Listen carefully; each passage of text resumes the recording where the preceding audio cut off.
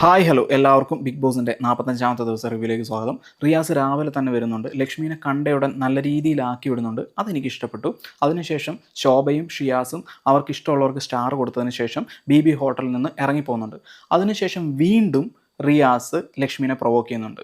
അത് ഓവർ ആകുമ്പോൾ നമുക്ക് കുറച്ച് അരോചകം തോന്നും. അപ്പം ലക്ഷ്മിൻ്റെ കൂടെ നിൽക്കാൻ തോന്നും. അങ്ങനെ ഒരു സിറ്റുവേഷനാണ് പിന്നെ ഉണ്ടായത്. കാര്യം ലക്ഷ്മി കുറച്ച് ഓവർ ആണെങ്കിലും ലക്ഷ്മിനെ ഇങ്ങനെ പ്രൊവോക്ക് ചെയ്യുമ്പോൾ ലക്ഷ്മിൻ്റെ കൂടെ നിൽക്കാനും ജനങ്ങൾക്ക് തോന്നാനുള്ള ചാൻസ് കൂടുതലാണ്. അതിനുശേഷം വെസൽ ക്ലീനിങ് ഇഷ്യൂ ആണ്. ആര്യനും ഷാനവാസും തമ്മിൽ അത്യാവശ്യം നല്ല രീതിയിൽ തർക്കം ഉണ്ടാകുന്നുണ്ട്. ഷാനവാസിനാണ് ഈ വീക്കിലി ടാസ്കിൽ അത്യാവശ്യം നല്ല രീതിയിൽ വർക്ക് എടുക്കേണ്ടി വന്നത്.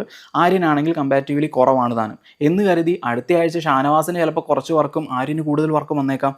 അതിൻ്റെ പേരിൽ അടി ഉണ്ടാക്കുന്നത് വളരെ പോഴത്തരം എന്നാണ് എനിക്ക് പറയാനുള്ളത്. ആ വാഗ്വാദം നടന്നുകൊണ്ടിരിക്കുമ്പോൾ നമ്മുടെ അസിസ്റ്റൻറ്റ് മാനേജറായ അക്ബർ അവിടെ ഇടപെടുകയും വെസൽ ഫുൾ ക്ലീനാക്കി വെക്കുന്നത് അക്ബറാണ്. ഇന്നലെ സാബുമാനാണ് ടാസ്ക് കൃത്യമായി ചെയ്തിരുന്നെങ്കിൽ ഇന്ന് നമ്മുടെ അക്ബറാണ്. അക്ബർ ഇന്ന് എല്ലായിടത്തും ഓടി നടന്ന എല്ലാ കാര്യം ചെയ്യുകയും കൂടാതെ വെസൽ ക്ലീൻ ചെയ്ത് വെക്കുകയും ചെയ്തു. പിന്നെ നമ്മുടെ GM-ഉം ഓണറിൻ്റെ മകളും വന്നിരിക്കുന്ന ഗസ്റ്റും കൂടി ചേർന്നിട്ട് സ്റ്റാർ കൊടുക്കുന്ന ടാസ്ക് ആയിരുന്നു. ഷാനവാസിന് 2 സ്റ്റാർ കിട്ടി. അതിൻ്റെ ആവശ്യം ഉണ്ടായിരുന്നോ എന്ന് എനിക്കൊരു ചോദ്യമുണ്ട്. എന്താണ് എന്ന് വെച്ചിട്ടുണ്ടെങ്കിൽ ഷാനവാസ് ഗസ്റ്റിൻ്റെ മുന്നിൽ വെച്ചിട്ട് അപമര്യാദയായി പെരുമാറുന്നുണ്ട്. അതൊരു പ്രശ്നമാണ്. അതും കൂടാതെ ഒനിലിന് 1 സ്റ്റാർ പോലും കിട്ടിയിട്ടില്ല. പകരം അനുമോൾക്ക് 1 സ്റ്റാർ കിട്ടി. ഒരു പണി എടുക്കാതിരുന്നത്. അതിൻ്റെ അകത്ത് ഫേവറേറ്റിസം, അതിലെൻ്റെ ഫേവറേറ്റിസം ഉണ്ട് എന്ന് തന്നെ പറയേണ്ടിയിരിക്കുന്നു. അവിടെ അഭിലാഷ് ഒരു ആക്ട് കാണിച്ചു. അതെനിക്ക് ഇഷ്ടപ്പെട്ടു. കയ്യടി ഇറങ്ങിയെന്നാണ്. ഒനിലിന് സ്റ്റാർ കൊടുത്തിട്ട് അത് തിരിച്ചു വാങ്ങിക്കുകയാണ് ചെയ്തത്. അതിനുശേഷം ബിഗ് ബോസ് റിയാസിന് ഒരു സീക്രട്ട് ടാസ്ക് കൊടുക്കുകയാണ്. I love you dear friend എന്ന് അനീഷ് ഷാനവാസിനോട് പറയിപ്പിക്കുക. ആര്യൻ, ജിസൈൽ, അനുമോൾ ആ സ്റ്റോർ ക്യാമറയുടെ ഫ്രണ്ടിൽ നിന്നൊരു ഫോട്ടോ എടുക്കുക. പിന്നെ കൂടാതെ കണ്ണാൻ തുമ്പി പോരാമോ എന്ന പാട്ട് ഡിഫറൻറ്റ് സമയങ്ങളിൽ പലരെയും കൊണ്ടും പാടിപ്പിക്കുക. ഇതിനകത്ത് റിയാസ് ഏറെക്കുറെ വിജയിച്ചിട്ടുണ്ട്. ഇപ്രാവശ്യത്തെ ഹിറ്റ് കോംബോ എന്ന് പറയുന്നത് അനീഷും ഷാനവാസുമാണ്. അതിൻ്റെ അകത്തൊരു ചർച്ചാ വിഷയമില്ല. അത് നല്ല രീതിയിൽ അവർ പോർട്രേ ചെയ്യുന്നതുമുണ്ട്. അതിനുശേഷം റിയാസ് കൊടുത്ത ടാസ്ക് ആയിരുന്നു.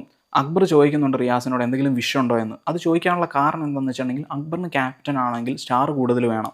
അതാണ് ഈ വീക്കിലി ടാസ്കിൻ്റെ പ്രത്യേകത. റിയാസ് പറയുന്നുണ്ട് ബെഡ്റൂം മൊത്തം വൃത്തിയാക്കിയിടുക, അവിടെ എവിടെയും ചപ്പും ചവറും ഇടുക എന്ന്.